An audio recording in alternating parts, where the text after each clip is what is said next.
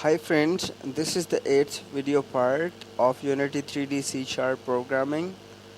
In this video part, we will be talking about functions. Okay, when we created this script for the very first time, we have seen that we were having these two functions already written for us. Okay, what a function is basically, it's it's a way of it's a way of telling our script to do something. Okay, whenever this function will be called, whatever whatever the code will write inside it, whatever the instructions will write inside it will be executed. Okay, so if we'll write to let's say to fire, or to walk, to jump, or to fly, whatever the instructions we will be writing inside this will be performed upon execution of this function. Okay, let's say we write some code inside it, and we our code um, our code makes our character move forward. So let's say we write this code in here, and this code makes our character to move forward. Okay, so whenever this function will be called, it will start executing the piece of code written inside it, and whenever it will be executed, we know that this code makes our character walk. So what will happen? Our character will start moving. Okay, so this was the purpose of writing functions. Okay, when we already discussed actually about these two functions. The start function is the function which is executed at the very start when your game loads, whether it's loaded on a personal computer or a mobile phone.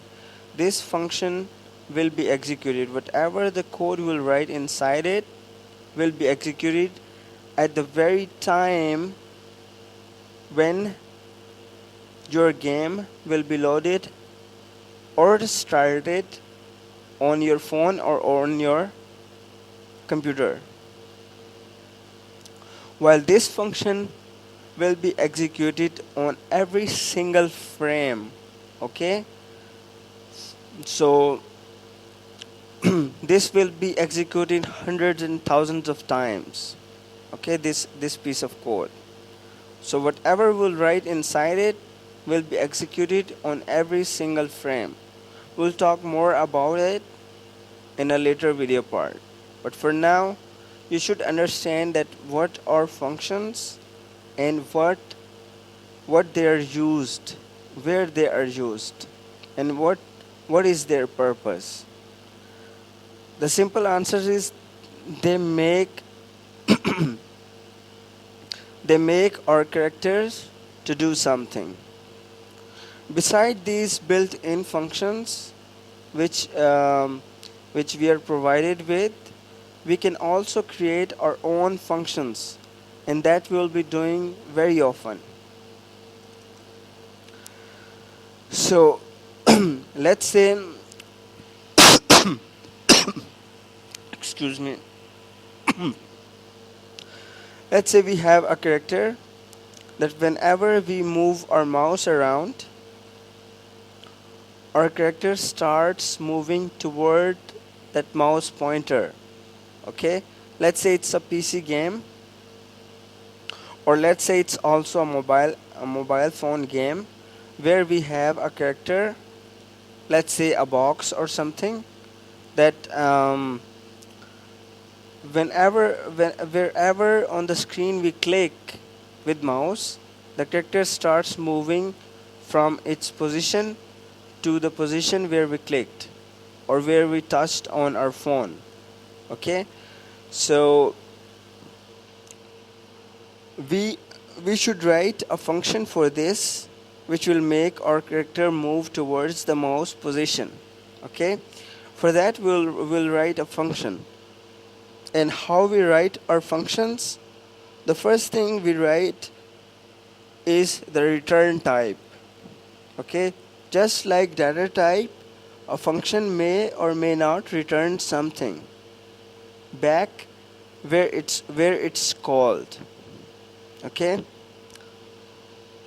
let's create a simple function to add two numbers. Let's say our function will be returning an integer number, and our function will be called add numbers. Okay, and it will simply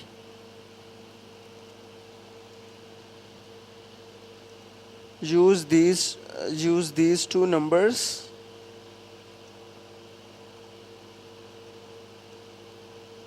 and it will return their sum back to where it was called. Okay, so that's how we write a function. We'll call it in just a minute, but first let's see how it's written and what are the components of it. Okay, the first thing is the return type.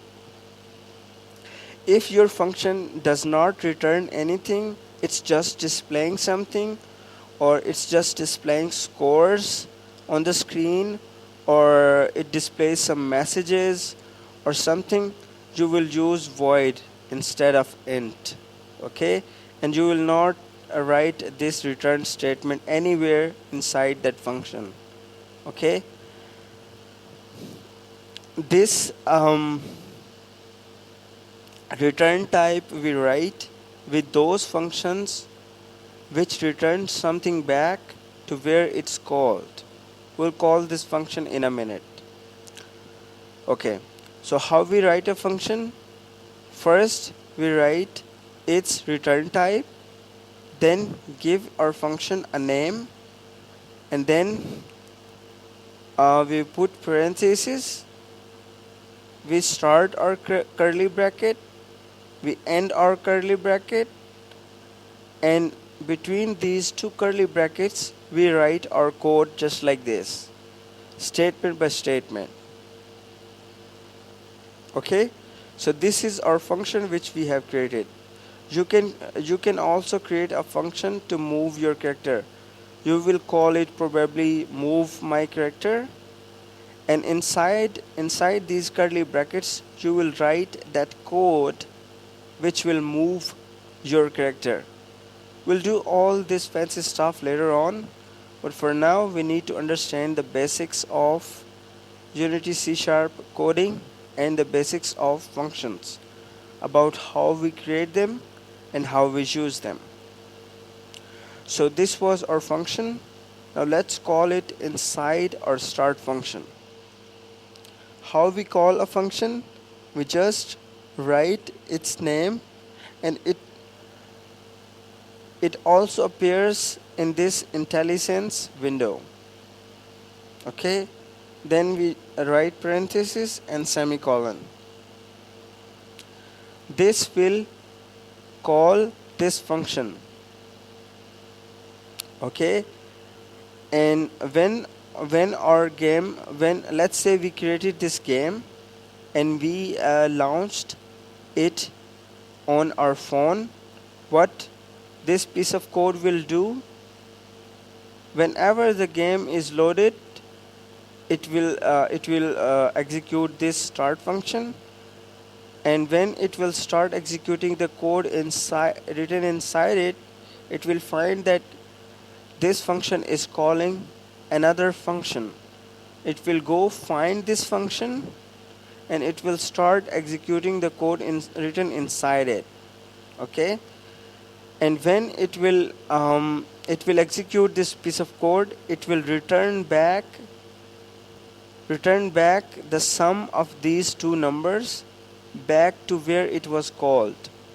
Currently we are not storing the return value in any variable, so it will not be stored anywhere.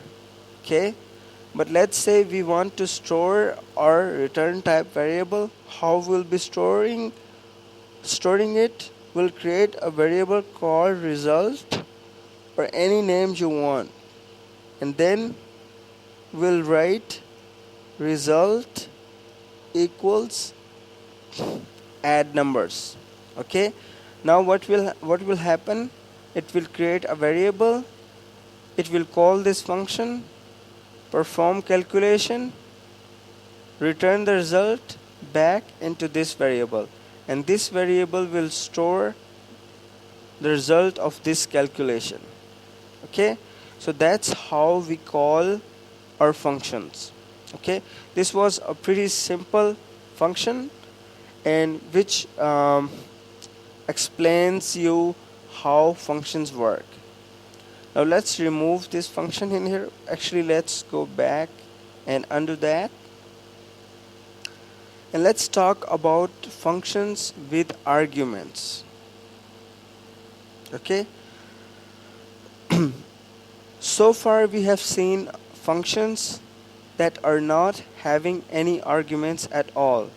Okay, but let's say we create a function which is having two arguments, x and y. Both are type integers. And now this time we will not declare our variable inside it, but we will pass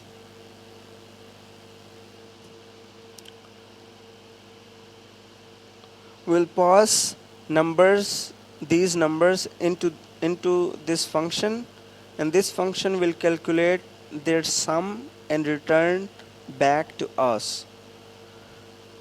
By doing this, we have made a function which can easily sum two numbers. Whatever number you want, this function will sum those numbers.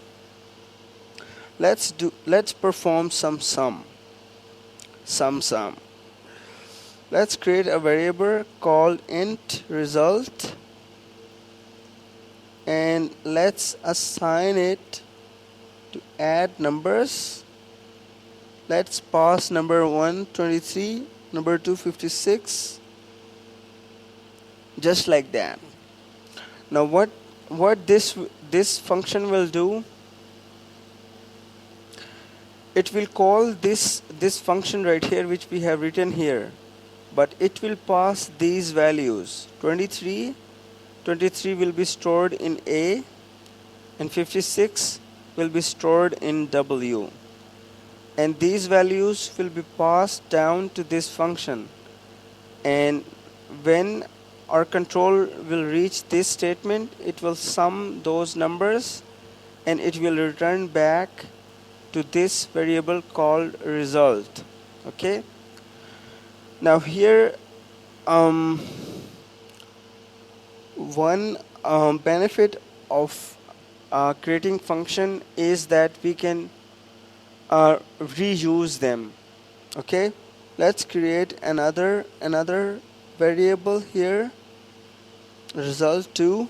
Just like that, we can create multiple variables using a comma separator and on the same line like this. Okay, and let's assign result to add numbers and pass some different numbers.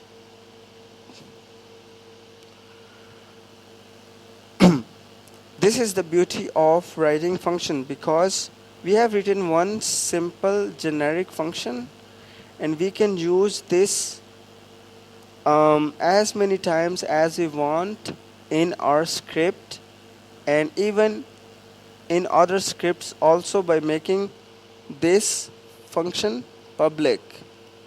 By making this function public, we are now able to use this function anywhere throughout our game.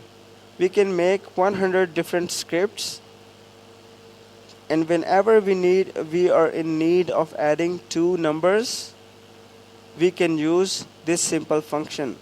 We'll just call it from there, and it will perform addition for us. This was pretty simple example of adding two numbers, but it can be very useful. Let's say you made a function which displays a message. Whatever message you will pass into this function, it will display onto your phone at the center of your screen. Okay, so you will write that function only one time and only in one file, and you will make it public. Okay, and whenever you need to display some message to user, you will simply call that function and pass the message, whatever the message you want to display to user, and that very function will display your message all the times and as many times as you want it to display that. Okay, so this is the beauty of the functions, and this is the beauty of functions with arguments. Like every time you will pass a new message, that function will display a new message to your user. Okay, so yeah, functions are awesome. So this was pretty much all about functions. In the next video part, we'll start talking about conditions, about how we make conditions, and how we actually start coding conditions. Okay, so see you in the next part. Have fun, take care, bye bye.